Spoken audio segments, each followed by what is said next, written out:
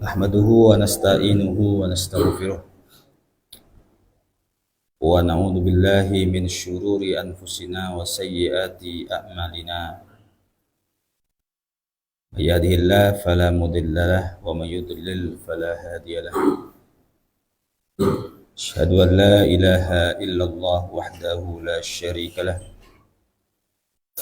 wa asyhadu anna Muhammadan 'abduhu wa rasuluh la nabiyya ba'dah. Allahumma salli wa sallim wa barik wa 'azzim wa akrim wa an'im ala sayyidina wa maulana Muhammadin wa ala alihi wa ashabihi ajma'in, amma ba'd.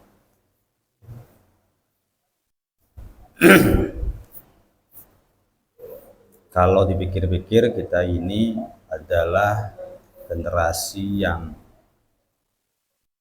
alhamdulillahnya mengalami keadaan-keadaan yang membuat kita paham bahwa kita adalah generasi yang mengalami banyak perubahan. Saya masih ingat ketika kecil, TV hanya ada satu dalam satu desa. Kemudian kami dan teman-teman berbondong-bondong untuk melihat TV tersebut. Satu desa, TV cuma siji gitu. Waktu kunku masih seneng dalam Wiro Sableng ya. Kemudian berkembangnya waktu, kemudian kita mengalami masa-masa channel TV itu punya variasi, bukan hanya satu. Setelah kita beli TV sendiri, di mana awalnya TVRI kemudian berkembang CTV, RCTI, Indosiar. Dan itu masih ingat betul di dalam pikiran kami. Pada masa-masa itu, kebersamaan, kekompakan antara generasi kita dengan teman-teman itu rasanya sangat kental sekali. Dolanan yang balong, jebur-jeburan, nolongi campuke wong. Ya, saya mengalami itu, masa-masa itu. Barangkali Kang Ma'ruf nggak pernah mengalami, saya nggak tahu. Tapi saya mengalami itu, Pak. Nyolong jambuke wong, dikejar-kejar sing duwe kalau. Terus kebetulan lagi dikejar-kejar, kita yang duwe pohon jambu. Seneng bola, kemudian seneng dolanan bapak pucung. Dan waktu dulu kunang-kunang masih ada. Entah sekarang kenapa saya temui di mana-mana ini, saya jarang ketemu dengan binatang-binatang langka.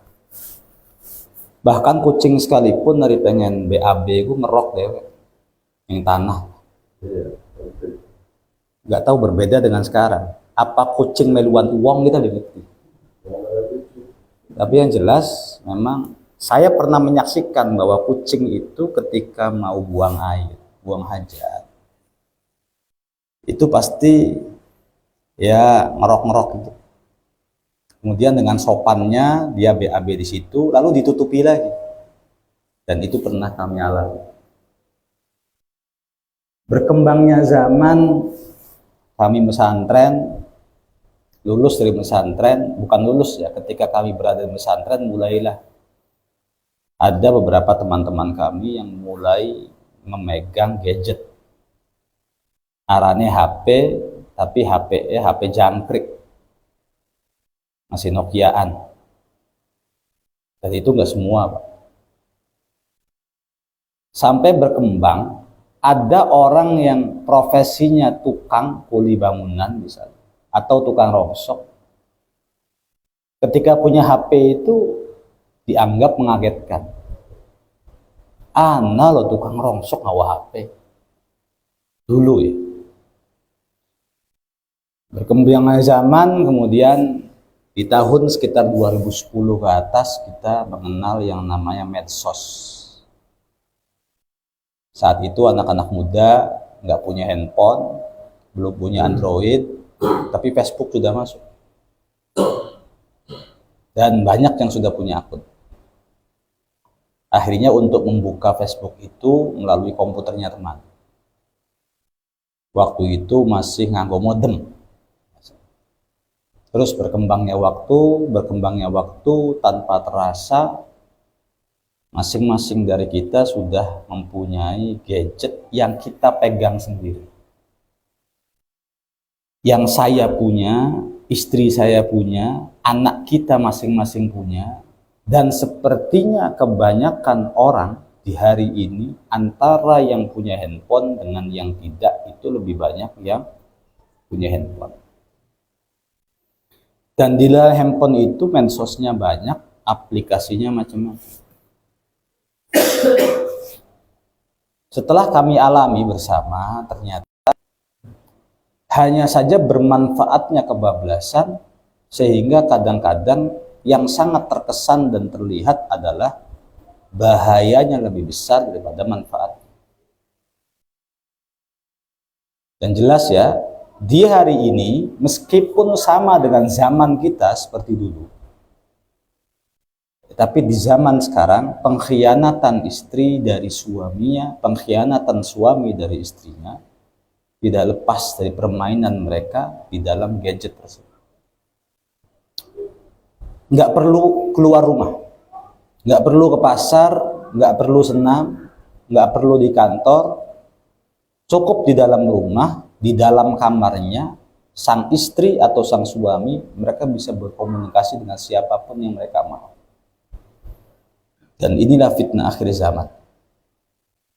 Maka tatkala kita memahami hal seperti ini, ya kita harus mewaspadai kepada anak-anak kita. Bahwa handphone itu seperti pisau. Siapa yang memegang, dia manfaat. Siapa yang baik dalam memegangnya, manfaat. Dan siapa yang belum sepantasnya untuk memegang pisau tersebut, pasti akan membahayakan dirinya sendiri. Begitu juga handphone gadget. Ada satu orang yang gadget atau handphonenya isinya kitab-kitab kabeh. Aplikasinya kitab, YouTube-nya pengajian-pengajian, TikTok-nya pengajian-pengajian. Tapi ada lagi dan banyak lagi orang-orang yang di dalam aplikasinya isinya perjudian. Bahkan misalnya bokong bunter geol-geol, itu banyak sekali, Pak.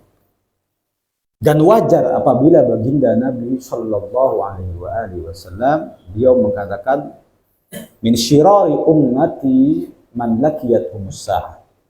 Yang paling buruk dari umatku adalah orang-orang yang mengalami dan melihat dengan mata dan kepalanya as-sa'ah, huru-hara hari kiamat. Kadang kalau lihat hadis itu saya bertanya, apakah saya ya orangnya? Apakah kita semua orangnya? Yang pernah mengalami step demi step perkembangan zaman. Dari zaman batu katakan. Dari zaman di mana kita main lumpur. Dari zaman di mana kita masih main-mainan di sungai, di balong, mainan pohon. Dan sekarang sudah nggak terdengar lagi anak-anak seperti itu. Dan yang paling parahnya memang kebanyakan seseorang menyimpang baik dari agamanya atau dari keluarganya itu disebabkan karena gadget, karena handphone. Dan akhir-akhir ini Bapak sekalian, memang saya prihatin sekali melihat curhatan-curhatan para kaum pria yang mana mereka merasa dikhianati oleh istrinya. Jadi istrinya mainan handphone itu disandi. Suaminya mau lihat, nggak boleh. Kadang-kadang keluar rumah tanpa izin suami. No shoes. Dan ini dialami oleh banyak orang. Dan apabila kita tidak mengalaminya, maka ucapkanlah wa qulil hamdulillahi rabbil alamin. Hanya saja baik suami ataupun istri ini kadang-kadang lalai, kadang-kadang lupa. Yang paling menyenangkan adalah seseorang menikah itu saling mencintai. Suaminya cinta sama istrinya, istrinya cinta sama suaminya. Tetapi yang paling menyebalkan adalah apabila cinta itu bertepuk sebelah tangan. Laki demen yang rabi, rabi beli. Atau rabi demen yang laki, tapi laki kurang demen. Pengen nambah baik, pengen hawa. Nah ini bagi salah satu pihak ini sepertinya, padahal sih enggak juga ya, sepertinya merasa dirugikan. Nah ketika seseorang itu cinta kepada lawannya atau kepada siapapun, pasti dia menjadi budak. Dan yang dicintai itu menjadi raja. Saya ingatkan lagi, yang mencintai itu menjadi budak, dan yang dicintai itu menjadi raja. Maksudnya budak itu ya bucin. Saking cintanya sama istri, saking kesemsemnya sama istri, saking takutnya kehilangan istri, apapun kemauan istri itu dijabah oleh suaminya, dijabanin. Sok pengen apa baik. Yang Bali kita ketemu karo turis ya, ayo. Yang Jakarta nih Monas, ayo. Sok pengen tak toko nang emas pirang kilo, ayo. Meskipun tidak ada, diusaha nang utang-utang ning bank. Yang penting jangan sampai kehilangan orang yang dicintai. Kan itu budak. Nah, sedangkan orang yang dicintai ya nyantai-nyantai saja. Bahkan dia banyak meminta. Nah, di hari ini, di zaman ini, karena memang medsos sudah nyebar, dan istri kita megang, maka kita perhatikan baik-baik. Kalau bisa handphone tidak disandi. Keterbukaan itu penting, soal. Ya. Tidak haram bagi suami untuk tidak mengungkapkan gajinya berapa kepada istri. Enggak haram, boleh-boleh saja. Suami gajinya 8 juta dan itu tidak diberitahukan kepada istrinya, enggak apa-apa, dalam Islam enggak apa-apa. Tapi sebaik-baiknya seorang suami adalah dia yang terbuka, transparan kepada istrinya. Yang mana akhirnya istrinya pun terbuka jadinya. Karena keterbukaan itu adalah asas dasar ya dan permulaan daripada kerukunan, dan saling tertutup ini yang jadi petaka. Saling tidak terbuka, saling menutupi satu dengan yang lain, tidak saling terbuka, ini petaka awal. Meskipun bagi seorang suami tidak haram, boleh-boleh saja. Maka ketika kita itu membuka handphone kita untuk istri kita, maka istri kita pun buka handphone untuk kita. Kita bisa sama-sama ngontrol. Dengan seperti itu kadang-kadang kita ada rasa kekhawatiran. Lamun misalnya handphonenya dicek nih rabi. Begitu juga istri. Tetapi kalau masing-masing disandi, gawat sudah. Jangan dianggap musuh itu ada di luar rumah saja. Jangan dianggap seseorang yang akan menjadi ketenangan istri kita itu ada di luar rumah saja. Kadang-kadang di dalam rumah pun ada. Dan payahnya lagi, Pak, di hari ini sudah tidak sedikit orang yang melakukan zina muhsan. Jadi zina itu ada dua. Ada zina muhsan, ada zina ghairu muhsan. Satu zina apa? Dua zina? Pokoknya minggu Arab dia apal maning beli gini. Es masalah talak dia apal ya. Masalah waris mungguan gini kan. Ya udah, muhsan dan zina ghairu muhsan. Zina muhsan adalah perzinahan yang dilakukan oleh seseorang yang sudah menikah. Yang pernah menikah gitu loh. Baik dia punya pasangan sah, suami atau istri, ataupun dia sudah menduda, menjanda. Dan dia melakukan zina, maka zinanya namanya zina muhsan. Kalau zina ghairu muhsan adalah zina yang dikerjakan oleh seseorang yang belum pernah ada di bawah naungan pernikahan. Jadi nggak pernah kawin, nggak pernah nikah, dia zina, maka dianggap zinanya zina ghairu muhsan.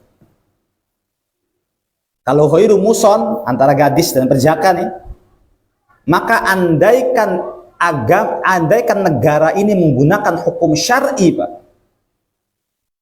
Andai ya, hakimnya, algojonya, misalnya pengadilannya menggunakan hukum syar'i, maka orang-orang zina yang masih SMP, yang masih SMA, itu nanti harus dicambuk sebanyak 100 kali dan dikucilkan selama setahun. Lalu apakah Islam agama yang keras? Enggak, Pak. Islam itu inna arsalnaka rahmatan lil alamin. Bahwa Islam itu agama yang rahmat. Hanya saja kadang kitanya yang belum terlalu dalam mengenal Islam. Sehingga sering kita mengatakan, ya nggak cocok agama Islam. Bukan nggak cocoknya, kitanya nggak ngerti. Banyak tidak ngerti kita tentang hukum Islam. Nah kalau muhson, orang yang sudah berumah tangga, kemudian zina, maka sebenarnya harus mati kalau dalam Islam. Nggak boleh hidup lagi. Meskipun pasangan sahnya itu memaafkan. Ya. Suaminya atau istrinya, sudah Pak Hakim, meskipun suami saya berzina dengan perempuan yang lain, tapi saya sudah maafkan. Jangan bunuh dia, jangan berikan dia hukuman rajam, gitu. Biarkan saja. Maka permintaan istri atau suami yang demikian, meskipun dia tersakiti, tidak sah. Algojo tetap harus membunuh seseorang yang telah melakukan zina muhson. Berbeda kalau kisos. Kisos dalam Islam, ya, membunuh seseorang, maka dia harus dibunuh lagi. Kalau keluarga yang dibunuh itu ikhlas, ridho, maksudnya, Pak Hakim, anak saya yang terbunuh oleh dia, sudahlah, kami sekeluarga ridho, dia nggak usah dihukum, dan kami sekeluarga sudah memaafkan. Maka andaikan ada pernyataan seperti ini, maka hukuman tersebut nggak jadi. Tapi si pembunuh ini tetap akan mendapatkan konsekuensi diyat mughalladah. Ya, ada diyat mughalladah, ada diyat mukhaffafah. Nah, di hari ini subhanallah, karena pergaulan, karena pekerjaan, ya, karena macam-macam, perzinahan itu di mana-mana. Karena itu Bapak sekalian, ketika istri lagi cinta-cintanya sama kita nih, istri lagi nurut-nurutnya sama kita nih, istri lagi punya ketergantungan sama kita ini, kita punya uang banyak, itu kan pasti istri nurut. Umum ya ini mah ya. Pekerjaan kita banyak, punya uangnya banyak, punya mobil, rumah dua dewek, istri numpang di rumah kita, makan sama kita, itu pasti nurut. Tapi belum tentu kedepannya dia nurut. Maka saat itu adalah kesempatan kita untuk ngajak istri ngaji. Kamu ngaji ya, tuh di akhwat tuh di sana tuh, di Aroyan ada pengajian, kamu nanti ngaji. Biarkan kita antarkan istri ngaji setiap minggu pakai motor, ngaji setiap minggu pakai motor, agar yang memberikan nasihat kepada istri kita adalah orang lain, ustazah. Jadi istri itu dikasih bekal ilmu, Pak, dikasih bekal pengetahuan, ngerti kewajiban-kewajiban dia apa, ngerti hak-haknya suami itu apa. Biarkan orang lain yang menasehati. Nah, ketika suatu ketika kita dalam keadaan yang tidak seperti semula, baik kita mungkin di PHK, atau maaf mungkin secara finansial itu kita sedang down, istri itu tetap berbakti sama kita. Berbaktinya istri yang pertama kepada kita, ya karena kita punya uang. Berbaktinya istri yang kedua sama kita, karena istri punya ilmu. Berbeda ketika kita sedang dalam asmara sama istri. Ya, lagi cinta-cintanya sama istri, bulan madu kemana-mana, tapi kita nggak pernah ngajak istri itu ngaji, sehingga istri nggak ngerti agama, nggak tahu mana yang hak, mana yang batil, mana yang haram, mana yang halal, mana yang boleh, mana yang tidak boleh. Lawan suami itu hukumnya bagaimana, nggak ngerti gitu. Mana yang harus diutamakan, suami atau orang tua, nggak ngerti intinya begitu. Dan kita biarkan saja dengan ketidakmengertian istri kita. Suatu ketika apabila keuangan kita merosot, wal'iyadzubillah, apabila rasa cinta istri kita itu udah dicabut, maka disitulah kelihatan siapa istri kita sebenarnya. Maka saya harap jangan bapak saja yang ngaji. Artinya cari-cari pengajian untuk ibu-ibu, akhwat, barangkali ada pengajian hadis atau tafsir, ikutan. Biarkan orang lain yang memberikan nasihat. Sebab di hari ini banyaknya perselingkuhan disebabkan karena dia sudah nggak nyaman lagi sama pasangan. Sang istri sudah tidak merasa nyaman kepada suami. Dan ketidaknyamanan itu muncul, lalu terjadilah penyerongan. Itu disebabkan karena ketidaktahuan istri bahwa hal itu buruk, bahwa hal itu tidak baik. Nah, kebanyakan sekarang karena masing-masing tertutup, tidak saling terbuka, maka terjadilah saling tuduh-menuduh antara suami dan istri. Saya sampaikan, ada babnya di dalam fikih tuduh-menuduh, itu dianggap babnya namanya bab li'an. Bab apa? Li'an. Sebenarnya tuduh-menuduh itu bahasa Arabnya adalah qadzaf. Qadzaf itu menuduh istri. Ar-ramyah sebenarnya. Wah, kamu udah jalan sama laki-laki lain, udah tidur bareng sama laki-laki lain, kamu sudah. Maka seorang suami yang berkata demikian di depan istri, andaikan hukumnya menggunakan hukum Islam, maka sebenarnya sang suami kalau tanpa bukti dan tanpa saksi, maka justru yang menuduh itulah yang akan dijerat pasal. Namanya haddul qadzaf. Pasalnya apa? Hukumannya apa? 80 kali cambukan. Ada seorang suami yang nuduh istrinya, mungkin dia menyaksikan bahwa istrinya berzina gitu. Benar atau enggak? Yang jelas dia nyaksiin istrinya berzina. Sekarang banyak Pak istrinya di luar negeri. Suaminya di Indonesia, istrinya di luar negeri. Dan itu pada berani Pak. Istrinya pacaran lagi dengan laki-laki lain. Lebih berani lagi kadang-kadang kalau lagi mengkel sama suaminya yang ada di Indonesia, itu ngirim video-video yang nggak bener itu. Istri dengan laki-laki lain. Dikirimin ke suami. Jadi udah nggak tanggung-tanggung nyakiti suami itu. Mau cerai ya los, mau pegatan ya los, berani gitu. Maka emang perempuan itu begitu Pak.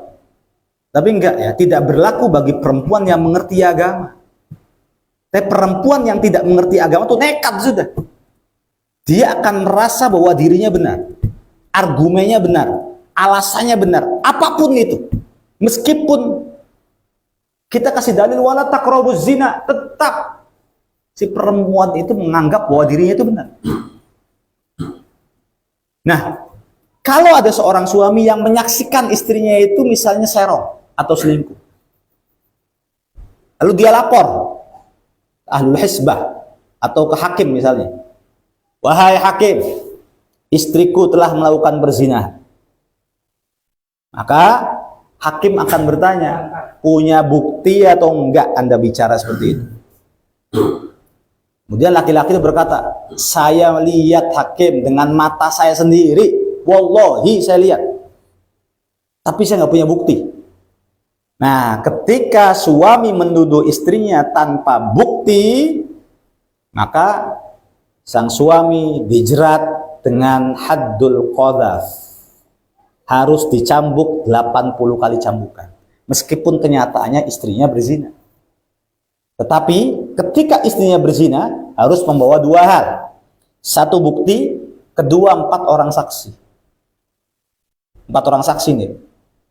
Makanya Bapak sekalian, sebenarnya ketika ada laki-laki main ke komplek kita gitu tuh, memang secara syar'i baiknya Pak RT bertindak, jangan diam saja. Begini Pak, jadi ghibah itu nggak boleh kan.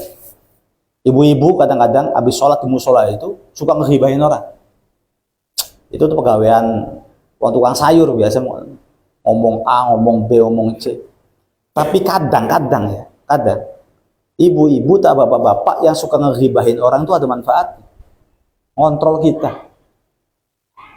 Ya kadang mereka fitnah juga, tapi ada manfaatnya ngontrol kita. Sebab kalau ibu-ibu sudah tidak lagi membicarakan orang lain, maka negeri kita dan kampung kita akan menjadi kampung bebas. Kita pengen ngelakuin apa saja sudah nggak ada yang orang bicara. Tapi minimal jika dia tidak takut kepada Allah, maka minimal takut kepada ribah ibu-ibu. Jadi ada dua orang lah, Allah dan wanita gitu. Jadi minimal ketika dia tidak takut kepada Allah, takut sama ibu-ibu. Ah, Mas, jangan main ke rumah saya jam 9 malam. Nanti ibu-ibu pada nyerocos terus. Iya, akhirnya ibu-ibu ini penghandle ras terkuat di bumi ini. Itu penghandle, bukan malah kita wis ibu aja ngurusi urusan wong bae. Sampean ku ibadah rajin, tahajud mah bener, jamiahan mendi-mendi, ngaji muter-muter, cangkeme lho, riba bae. Iya betul, kesananya betul. Tapi ada manfaatnya ibu-ibu hibah gitu. Yaitu manfaatnya adalah kontrol kita. Coba bayangkan, Mbak, andaikan ada perempuan yang hamil di luar nikah di kampung kita dan tidak ada yang komentar, maka seluruh orang nggak ada yang malu hamil di luar nikah tuh. Ibu-ibu ini, wow, betang dingin, nah, akhirnya kita yang dengerin, wah, kejam nih mulutnya nih.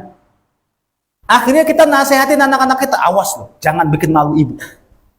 Kamu kalau berjalan sama laki-laki lain, hamil di luar nikah, kamu namanya bikin malu dan mencoreng nama keluarga. Itu bahasa orang yang takut sama manusia, Pak, bukan bahasa orang yang takut sama Allah. Tapi ada manfaatnya. Anak kita nggak terjerat sama perzinahan, takut diomongin orang. Jadi takut diomongin orang itu ada manfaatnya. Orang ngeribahin kita pun kontrol kita. So andaikan misalnya di sebuah komplek ada orang yang hamil di luar nikah, didiemin baik, Pak. Yang komentarin tidak ada, yang ribah tidak ada, yang mencemooh tidak ada, yang mengkerdilkan tidak ada, malah dipuji-puji. Aduh Neng, subur pisan ya Neng. Bahkan dipai A, dipai B, dipai C dan lain sebagainya. Maka Pak, ketika kita tidak mendengarkan celaan-celaan itu, ketika anak kita bergaul dengan laki-laki dan anak kita hamil, kita nggak punya rasa takut apa-apa. Sudahlah tidak takut kepada Allah, tidak juga takut kepada manusia. Minimal takut sama ibu-ibu rempong. Jadi ibu-ibu tuh ada manfaat. Makanya ketika kita mengetahui, ya, ada seseorang yang selingkuh nih Pak, atau ada seorang yang dia berzina, maka kita bawa 4 saksi, nggak boleh kita nyaksiin sendirian. 4 saksi inilah yang akan menjadi bukti. Arba'ata syuhada, 4 saksi atau lebih. Kan kalau nikah itu 2 saksi. Saya cinta kawung isi RT. Ya padahal sih 2 saksi cukup. Begitu juga ketika ada orang diduga berzina. Wah, jam segini belum keluar dari rumah ini, masih ngapel lagi jam 1. Grebeg yuk. Grebeg itu budaya kita, Pak. Jadi hilangin itu. Kalau tidak ada penggerbegan seperti ini, polisi diam saja, RT diam saja. Oh, saya nggak pengen ngatur-ngatur agama orang lain. Napsi-napsi bae wis. Kan banyak orang begitu. Dia mau zina kek, mau jengkelitan kek, ndase ning sor kek, sikile ning dhuwur kek.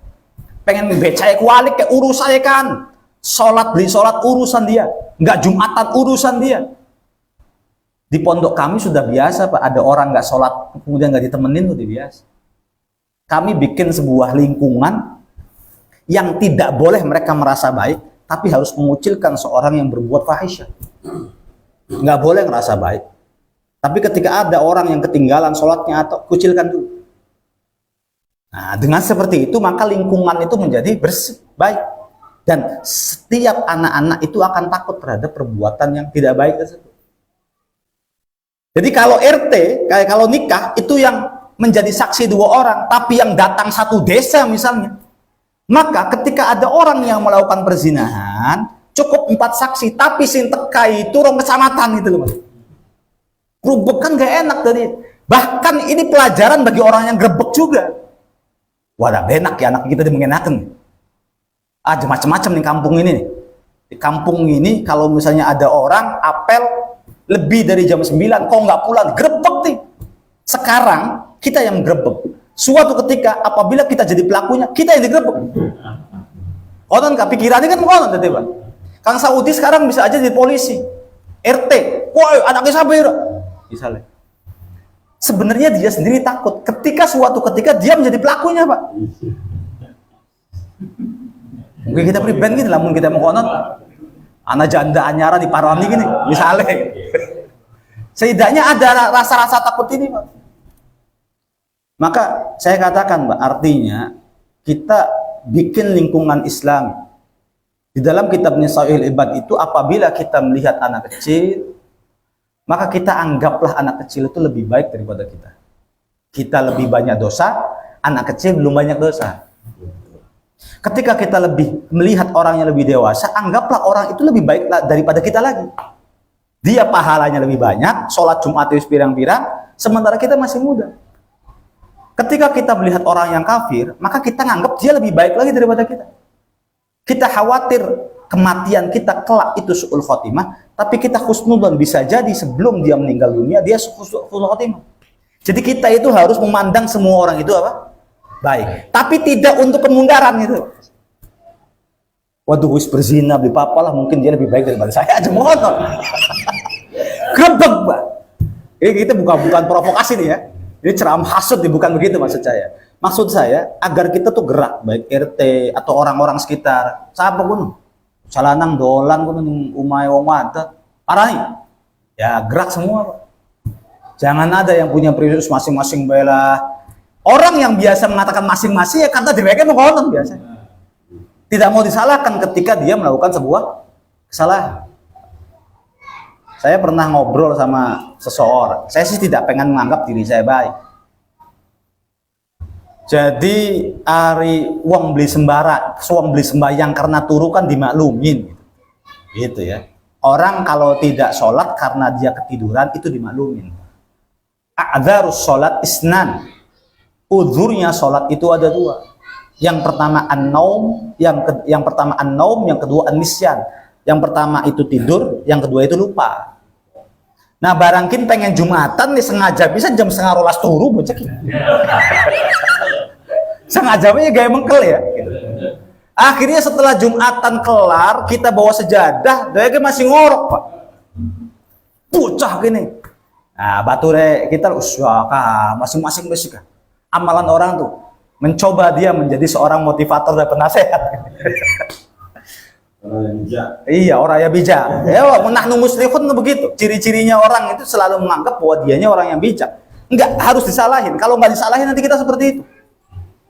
Nanti sidang. Kalau misalnya habis nanti Jumatan malam Sabtu disidang nih anak. Harus kita sidang. Interogasi habis-habisan. Mungkin bocah ki sini pikir wis amalan wong tergantung wong masing-masing, kita jangan ikut campur apa. Saya nggak kenal dia, Pak, nggak terlalu kenal dia gitu loh. Ya masih kenal anyaran lah. Beli weruwe aja, Pak, ternyata dia itu adalah pelaku wong kang sholat subuh jam 10 sore. Bulawan maksudnya. Oh, paham kita mengenai. Jadi idza ra'aitumul munkar, apabila engkau ini kali wadas tuh alhamdulillah nggak ada organ dangdut tuh. Silakan tanya sama Pak Haji. Ini kali wadas blok saya ya, blok saya nih, blok kapling, blok saya kapling Haji Asep itu loh. Kali wadas masjid itu nyaris paling-paling mentok-mentoknya gambus. Kalau sampai ngundang siapa katanya? Dian Anik aku kenal lu masih. Dian Anik lu nggak sampai, dan nggak pada berani kayak karena emang ada di lingkup pesantren. Dan saya membayangkan, Pak, apabila ustadznya tidak kompak dan suatu ketika ada orang hajatan, kemudian manggil biduan, dan kita diam saja, pasti akan ditiru oleh setelahnya. Itu pasti akan ditiru, Pak. Karena kitanya tuh diam saja, RT-nya diam, RW-nya diam, kadesnya diam, ustadznya menang, kiainya menang. Nggak ada yang ngurusin. Saya punya istri nih, Pak ya. Istri itu orang ambil. Ya, orang wali. Saya menikahi dia itu karena dia itu hidup di lingkungan pesantren. Pinggirnya umay pondok dan banyak pesantrennya di sana. Alhamdulillah. Ya orangnya baik, lingkungan pesantren. Saya nikahin dia lah. Dan saya tuh nggak ngeh ya. Awal-awalnya nggak ngeh, tapi akhir-akhir ini saya melihat organ dangdut konser itu di desa, Pak. Organ-organan sampai nutup dalan kan. Saya sih nggak pesimis ya, orang yang nutup dalan ketika hajatan nggak pesimis. Hanya saja hajatnya banyak orang itu. Hajatnya banyak orang yang lalu lalang. Mungkin anak kebakaran, mungkin anak wong puskesmas, anak wong rumah sakit gitu loh. Nggak apa, saya juga nikahan pernah di jalan. Tetapi setelah saya sadari, oh iya ya, nutup jalan itu ternyata mafsadah untuk banyak hal. Jadi ning area pesalakan, terus mana kak? Itu sering banget ditutup jalan, sering banget. Ya pas pesalakan jembatan, terus ke sana sampai di pintu wek, Batu Belah, itu jalan yang sering bisa ditutup karena hajatan. Jadi kita harus muter dulu. Pesalakan mana? Kalau seseorang sudah memulai, gitu loh. Kalau ada seseorang yang sudah memulai dan tokohnya diam saja, tidak ada komentar, tidak ada ribut, maka akan ada keberlanjutan orang-orang yang meniru perilaku itu. Anak apel misalnya, wong lanang ngapeli wong wadon, kan diam, kita diam saja, maka akan ada jamur-jamur yang akan tumbuh lagi. Itu pasti. Kalau organ sudah ada misalnya, saya bukan sentimen dan tidak merasa diri saya baik, bukan maksud saya. Tapi ciptakan suasana ketika mereka belum ada, kenapa sih harus ada? Kalau mereka tidak ngaji, ya nggak usah ngelakuin begitu. Lebih aman kan begitu. Tapi nyatanya itu kan ada di mana-mana dan menjawab, dan kita diam saja awalnya. Diamnya kita itu akan membuat orang-orang yang lain itu semakin jumawa. Oh berarti oli, mungkin ku oli. Ustadz menang baik. Jadi Pak Ustadz, kenapa saya organan tadi malam? Ya karena Ustadznya ngebolehin. Saya tanya, emang Ustadznya pernah bilang boleh? Ngomong boleh sih tidak. Tapi anak panggung gede, sone gede, Ustadznya jadi khotib nih. Jadi kita kayak berapa nih? Ustadznya khotib, benginya itu organan. Oh, ayah saya tuh, lamun misalnya anak hajatan, lamun anak organan kita lebih bakal marah. Mau jadi saksi kayak mau jadi bapak ya, bapak ibu lah ya. Yang apa nih dipengen metu-metu, terus pengennya lu nyaman yang juru Kaliwadas. Karena emang Kaliwadas tidak ada. Paling mentok-mentok itu adalah kampus. Maka bikinlah suasana kita masih nyaman seperti ini, dibikin nyaman. Sebab bisa jadi banyaknya mereka itu akan mengurangi jamaah kita. Iya, banyaknya mereka akan mengurangi jamaah kita. Kemudian namun yang Al-Badawi malam Sabtu ngaji kari wong loro keder tadi. Enggak apa-apa sih, enggak apa-apa. Tapi persoalannya kenapa harus ikut mereka yang lebih banyak? Kalau bisa ditarik ke sini. Kalau tidak bisa ditarik ke sini, minimal di pihak sana enggak terlalu banyak. Begitulah kita harus berpikir. Karena malayahtimmu bi amril muslimin falaisa minna. Siapa orangnya yang kurang begitu perhatian dengan perkembangan Islam dan kaum muslimin, berarti kata Nabi Shallallahu Alaihi Wasallam, dia bukan termasuk golongan. Dan sekarang perselingkuhan itu luar biasa, Pak. Saya lihat di beberapa aplikasiku malahan kok jadi keren-kerenan. Lamun anak seorang istri kok dia nggak punya pacar, kok nggak keren. Iya, kamu cuma punya suami, wong setia rupanya, anak mami, anak papi. Dikononakan coba. Sehingga kadang-kadang seorang istri itu terpacu biar dia diterima oleh lingkungannya, ora diledek, ora dibully, akhirnya pura-pura duwe demenan atau beneran duwe demenan kan. Tapi yang jelas dia hidup di lingkungan yang salah, dan itu lingkungan seperti itu seperti api, Pak. Berawal dari kecil, lama-lama besar dan lama-lama membakar. Iya, awalnya kecil, Pak, tapi lama-kelamaan dari tren-trenan. Maka wajarlah kalau sekarang saling tuduh-menuduh. Nah, saya kembali, ketika ada seorang suami, dia menuduh istrinya berzina, maka dia akan dikenakan sanksi haddul qadhaf, sanksi tuduhan. Sanksi tuduhan itu 8 kali cambukan. Ya udah, baik. Pak Ma'ruf, Anda saya vonis 80 kali jilid disebabkan karena Anda telah menuduh istri Anda berzina. Pak, saya kan lihat dengan mata kepala. Enggak, acuannya bukan Anda saksinya, bukan Anda buktinya. Serahkan kepada saya CCTV-nya ada tidak, serahkan pada saya videonya ada enggak, atau kalau tidak, datangkan pak saksi kepada saya. Ada tidak semuanya? Tidak ada Pak. Jilid Anda 80 kali. Pak, saya nggak mau dijilid Pak, sakit. Kalau tidak mau dijilid, sumpah sampai. Gitu. Nah, itu namanya li'an. Sumpahnya itu nashhadu bi anna zaujati, saya bersaksi bahwa istriku telah berzina 1 kali. Saya bersaksi bahwa istriku telah berzina 2 kali. Saya bersaksi bahwa istriku telah berzina 3 kali. Saya bersaksi bahwa istriku telah 3 kali, 4 kali. Nah, setelah 4 kali hakim nasihati lagi. Pak Ma'ruf, udahlah, nggak usah dilanjutin li'annya. Li'an itu artinya melaknat ya. Nggak usah dilanjutin li'annya. Udah disambuk aja, disambuk. Enggak Pak Hakim, saya akan melanjutkan li'an saya. Ya sudah, lanjutkan. Andaikan saya berbohong, maka saya dilaknat oleh Allah. Ya, itu yang kelima. Dan andaikan istri saya yang berdusta atau benar-benar berzina, maka dia akan mendatangkan laknat. Sudah, Kang Ma'ruf terbebas dari hukuman 80 kali cambuk tadi. Nanti anak yang difitnah dari hasil zina itu tidak akan bernasab kepada suami yang menuduh tadi. Nah, maka istrinya akan dipanggil dan akan dihukum mukson. Kalau tidak, maka istrinya harus mubahalah balik. Intinya kan. Nah, itu namanya li'an. Dan selamanya Kang Ma'ruf dengan istri sudah tidak lagi ada kata talak roj'i, tidak ada lagi kata talak bain suro, bain kubro. Pokoknya wong loro wis beli baturan naik. Rujuk bloli. Talak bain ada muhalil, tidak boleh. Meskipun istrinya sudah menikah dengan orang lain dan bercerai dengan orang lain tersebut, kemudian demenan maning, bloli kawin maning. Karena wis nglakoni li'an. Ya, teman-teman, itu saja yang dapat saya sampaikan. Mudah-mudahan kita semua selalu berada dalam lindungan Allah Subhanahu wa taala.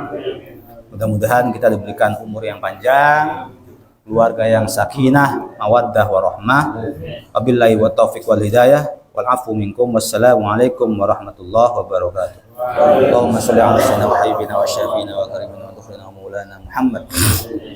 Salam radhiyallahu ta'ala an sadatina ashabi Rasulillah ajmain hamdan wa fi ni'amahu wa yukafi mazidah. Ya Rabbana lakal hamdu kama yanbaghi li jalali wajhikal karim wa 'azim sultanik. اللهم اغفر لنا ذنوبنا ولوالدينا وارحمهم كما ربونا صغارا ولجميع المسلمين والمسلمات والمؤمنين والمؤمنات الأحياء منهم والأموات واتوب إليه. اللهم طول أمورنا واشرح أجسادنا ونور قلوبنا وثبت إيماننا وأحسن أعمالنا ووسع أرزاقنا وإلى الخير قربنا وعن الشر بعدنا واقض حوائجنا في الدين والدنيا والآخرة. وصلى الله على سيدنا محمد وعلى آله وصحبه وسلم والحمد لله رب العالمين. لرضا الله الفاتحة.